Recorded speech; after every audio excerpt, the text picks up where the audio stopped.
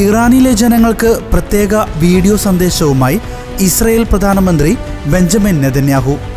വീഡിയോയിൽ പറയുന്നത് ഇങ്ങനെയാണ്: ഞാൻ ഇറാനിലെ ലീഡർമാരെക്കുറിച്ച് വളരെയധികം പറഞ്ഞിട്ടുണ്ട്. ഈ പ്രധാന നിമിഷം വരെ ഞാനിനി അഭിസംബോധന ചെയ്യുന്നത് ഇറാൻ ജനതയെയാണ്.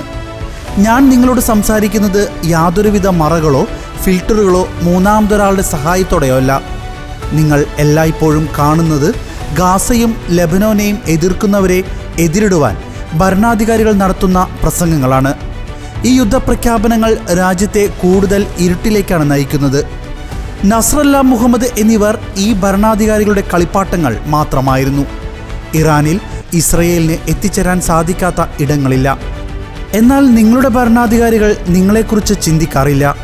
നിങ്ങൾ ആയുധങ്ങൾ വാങ്ങുവാൻ ഉപയോഗിക്കുന്ന പണം നിങ്ങളുടെ കുട്ടികളുടെ പഠനാവശ്യത്തിന് ഉപയോഗിക്കുന്നതിനും പിന്നെ ആരോഗ്യ മേഖലയിലേക്കും രാജ്യത്തിൻ്റെ അടിസ്ഥാന സൗകര്യങ്ങൾക്കും ഉപയോഗിക്കുന്നതിനെപ്പറ്റി നിങ്ങൾ ചിന്തിക്കണം.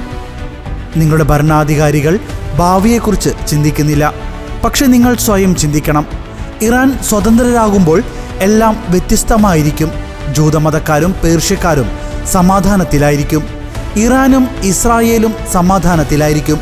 അതിനുശേഷം നിങ്ങളുടെ രാജ്യത്ത് പുരോഗതികൾ ഉണ്ടാകും. ആരോഗ്യ മേഖലയിൽ തുടങ്ങി വിനോദസഞ്ചാര മേഖലയിൽ വരെ പുരോഗതി ഉണ്ടാകും.